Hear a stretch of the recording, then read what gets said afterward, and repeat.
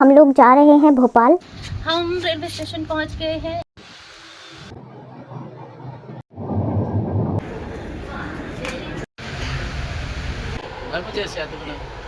ये है मेरा भाई, इधर देख।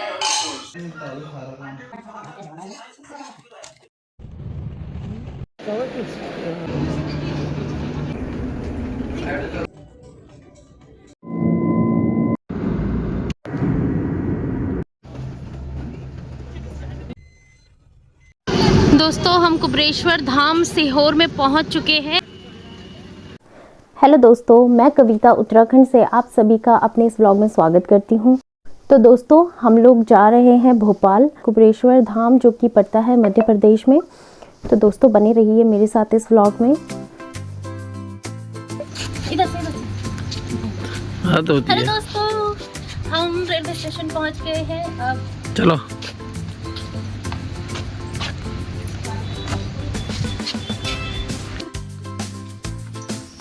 दोस्तों, पूरी ट्रेन, पूरा डब्बा खाली है। कहीं भी बैठ सकते हैं हम, सब हमारा है।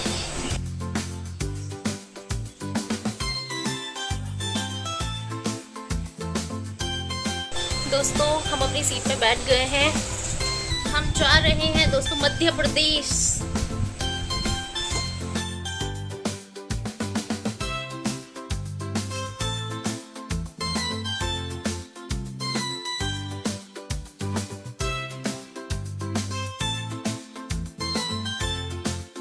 फाइनली गाइस, हमारी ट्रेन चल पड़ी है।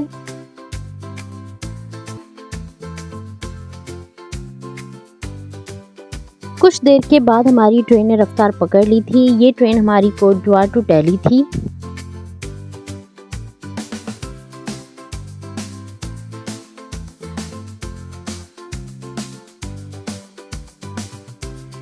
अभी ट्रेन गजरौला जंक्शन में रुकी है। यहाँ पे ट्रेन का इंजन चेंज होता है, तो यहाँ पे काफ़ी टाइम यहाँ पे ट्रेन लगाती है और बहुत बोर हम लोग यहाँ पे हो रहे थे।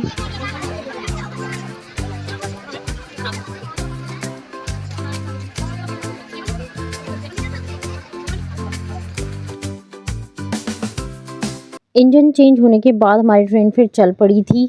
इसके बाद मैं ट्रेन में सो गई थी और जब मेरी आँख खुली तो दिल्ली आने वाला था।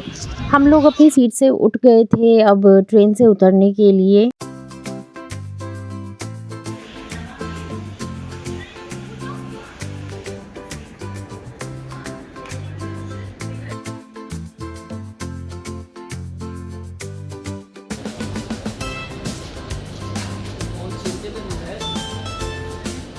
अब हमने मेट्रो स्टेशन जाना था। मेट्रो स्टेशन जाने से पहले यहाँ पे हमें आर्मी के कुछ जवान दिखे, तो जिनका मैंने वीडियो बनाया। मुझे बहुत ज़्यादा अच्छे लगते हैं आर्मी के जवान, क्योंकि वो हमारे देश की रक्षा करते हैं।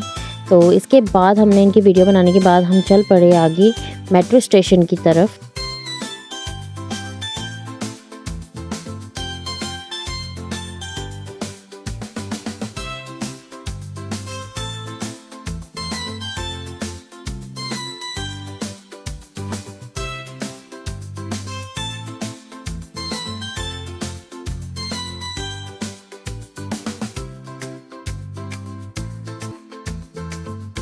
यहाँ पे हमने मेट्रो चेंज की और हम चले गए वॉयलेट लाइन की तरफ, क्योंकि मेरा भाई के रूम में हमने जाना था। वो फरीदाबाद में रहता है। हम काफी टाइम से उससे मिले नहीं थे, तो हमने सोचा हम 3 घंटे उसके रूम में स्टे करेंगे। दिल्ली से फरीदाबाद काफी स्टेशन दूर था, तो मैं बोर हो रही थी, इसलिए मैं इधर उधर घूमने लगी और मैंने अपने हस्बैंड को बोला मेरी वीडियोज बनाओ। मेट्रो से उतरे तो मेरा भाई हमें लेने आया था। ये उसकी बाइक है। इसके बाद मेरे भाई ने हमारे लिए कैब करवाई और हम चल पड़े उसके रूम की तरफ।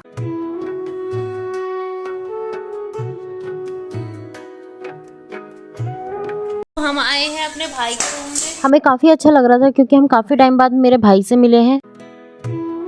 अभी हम खाना खाएंगे। क्या बना रहा है इसने? ये है मेरा भाई, इधर देख।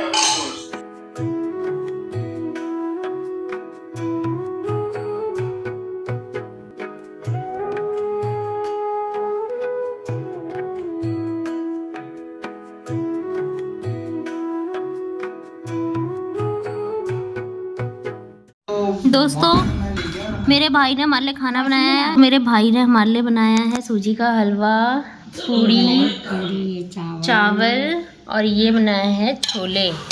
मुझे बहुत ज़ोरों की भूख लग गई थी और खाना देख के मेरे मुंह में पानी आ रहा था, इसलिए मैं बैठ गई खाना खाने के लिए। बने इतना फटाफट भात कैसे बनाए?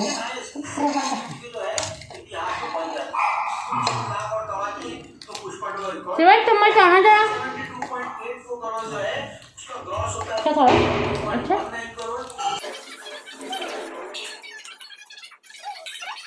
यहाँ पे गप्पे मारते हुए हम सब ने खाना एंजॉय किया।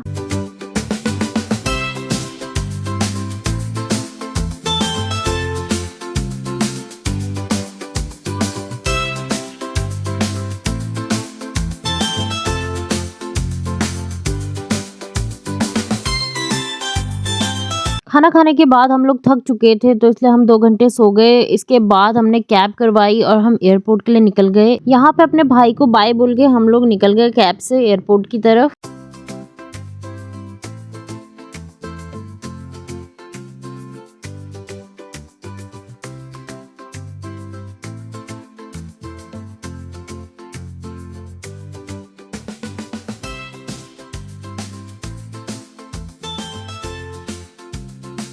यहाँ पे हमने अपनी आइडेंटिटी प्रूफ दिखा के एयरपोर्ट में एंट्री ली और इसके बाद हम लोग चल पड़े अपना बोर्डिंग पास लेने के लिए। बोर्डिंग पास आपको एयरपोर्ट में चेक इन के टाइम पे मिलता है और इसे आप ऑनलाइन भी निकलवा सकते हैं। यहाँ पे काफी लंबी लाइन थी दोस्तों। कभी भी अगर आप फ्लाइट से कहीं जा रहे हो तो आपको कम से कम 2 या 3 घंटे पहले आपको जाना पड़ेगा, क्योंकि काफी लंबा प्रोसेस होता है। इसके बाद हमें दोस्तों हमारा बोर्डिंग पास मिल चुका था और हमने अपना लगेज भी सबमिट करवा दिया था। इसके बाद एक प्रोसेस और था, हमने अपना जो कैरी बैग है उसको चेक करवाना था और हमारी भी चेकिंग होनी थी। ये सब प्रोसेस करवाने के बाद हम चल पड़े अपने प्लेन की तरफ। काफी सारे फॉरेनर्स भी हमको यहाँ पे देखने को मिले।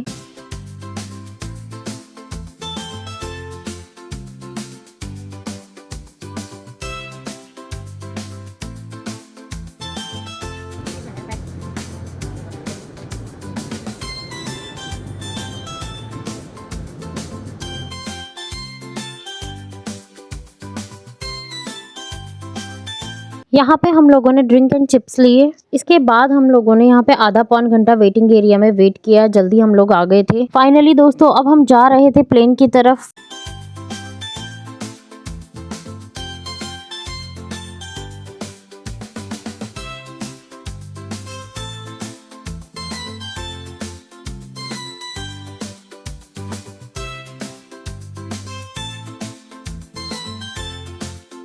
अब हम प्लेन में चढ़ रहे हैं दोस्तों और मैं बहुत एक्साइटेड थी क्योंकि ये फर्स्ट टाइम मेरी एरोप्लेन से जर्नी है। एक्साइटमेंट के साथ साथ मुझे थोड़ा डर भी लग रहा था क्योंकि फर्स्ट टाइम मैं सफ़र करने वाली थी प्लेन से। इसके बाद हम लोग अपनी सीट पे बैठ गए थे और हम लोगों ने सीट बेल्ट भी लगा ली थी। दोस्तों मुझे यहाँ पे एक चीज़ का बहुत ज़्यादा डर लग रहा था, जो कि मेरी एक प्रॉब्लम है। मुझे मोशन सिकनेस की प्रॉब्लम है जिससे कि मुझे वॉमिट हो जाती है। तो इस चीज़ का डर मुझे पहले से ही बना हुआ था, लेकिन थैंक गॉड ऐसा कुछ हुआ नहीं, मुझे वॉमिट आई नहीं। जब भी मैं कहीं सफ़र कर रही होती हूँ तो मुझे विंडो ओपन करने की आदत है और प्लेन में तो विंडो ओपन हो नहीं सकती, तो मुझे बहुत डर था कि कहीं मैं वॉमिट ना कर दूँ, लेकिन मुझे बिल्कुल भी वॉमिट नहीं हुई। मुझे इस चीज़ की बहुत ज़्यादा खुशी है। मेरा बहुत अच्छा ये सफ़र रहा। दोस्तों यहाँ पे एक अनाउंसमेंट हुई थी कि जो हमारा प्लेन है वो कुछ देर बाद उड़ेगा, यानी कि वो पूरा 1 घंटा लेट था। बोला तो उन्होंने 15 to 20 मिनट बोला था, लेकिन पूरा 1 घंटा हमारा प्लेन लेट था। अनाउंसमेंट सुन के बहुत गुस्सा आया था, लेकिन कहते हैं ना जो होता है सब अच्छे के लिए होता है। क्योंकि हमारे प्लेन ने 5:55 में उड़ना था। उस वक्त बहुत अंधेरा था। कुछ देर 1 घंटे के बाद हमारा प्लेन उड़ा तो तब तक उजाला हो चुका था और ये मेरी फर्स्ट जर्नी थी, तो इस वजह से मैंने पूरे नज़ारे का आनंद लिया। दोस्तों हमारा प्लेन उड़ान भरने वाला है।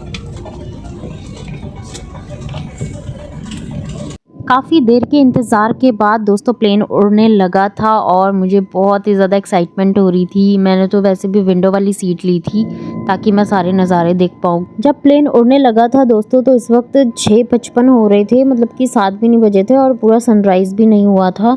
तो थोड़ा सा मुझे सूरज उगते हुए नज़र आ रहा था और कुछ देर के बाद पूरा सूरज उग चुका था। इस वक्त हम बादलों के ऊपर थे और बादलों के ऊपर हमें ऐसा लग रहा था जैसे कॉटन ही कॉटन बिछा रखी हो, मतलब इस टाइप का मुझे लग रहा था और इतना सुंदर वो आंखों से नज़ारा था। फर्स्ट टाइम मेरा ये एक्सपीरियंस था। जिन लोगों ने प्लेन में सफ़र किया होगा उन लोगों को पता होगा कि कैसा लगता है। है। सूरज हमें ऐसा लग रहा था जैसे बिल्कुल हमारे सामने हो, मतलब जब हम जमीन से सूरज को देखते हैं तो हमें मुंडी ऊपर करनी होती है, लेकिन यहाँ पे हमें मुंडी ऊपर करने की कोई ज़रूरत नहीं थी।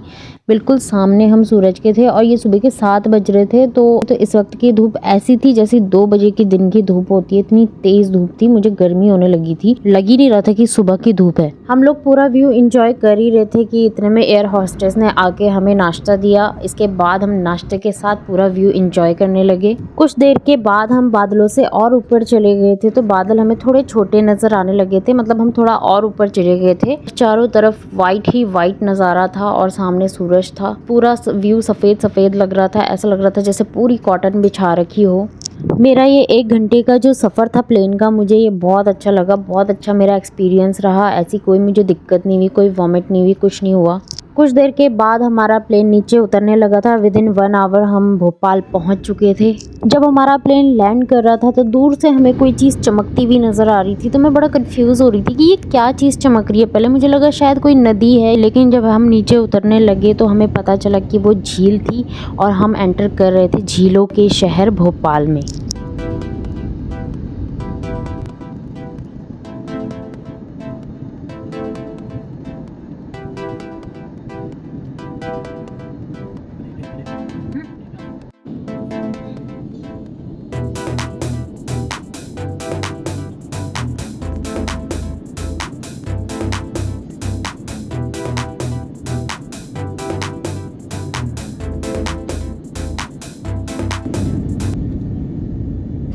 प्लेन से उतरते ही हम लोगों ने अपना लगेज उठाया और हम चल पड़े कैब से कुबेरेश्वर धाम के लिए।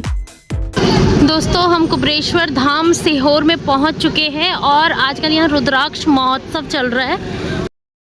तो दोस्तों, इससे आगे का व्लॉग मैं आपको सेकंड पार्ट में दिखाऊंगी, जिसमें मैं आपको डे 1, डे 2 और डे 3 का अपना व्लॉग दिखाऊंगी। हम लोग यहाँ पे 3 दिन रुके थे, तो वो सारी चीज़ें मैं आपके साथ नेक्स्ट पार्ट में शेयर करूंगी। वीडियो अच्छी लगी हो तो लाइक, शेयर एंड सब्सक्राइब कर लेना। Thanks for watching.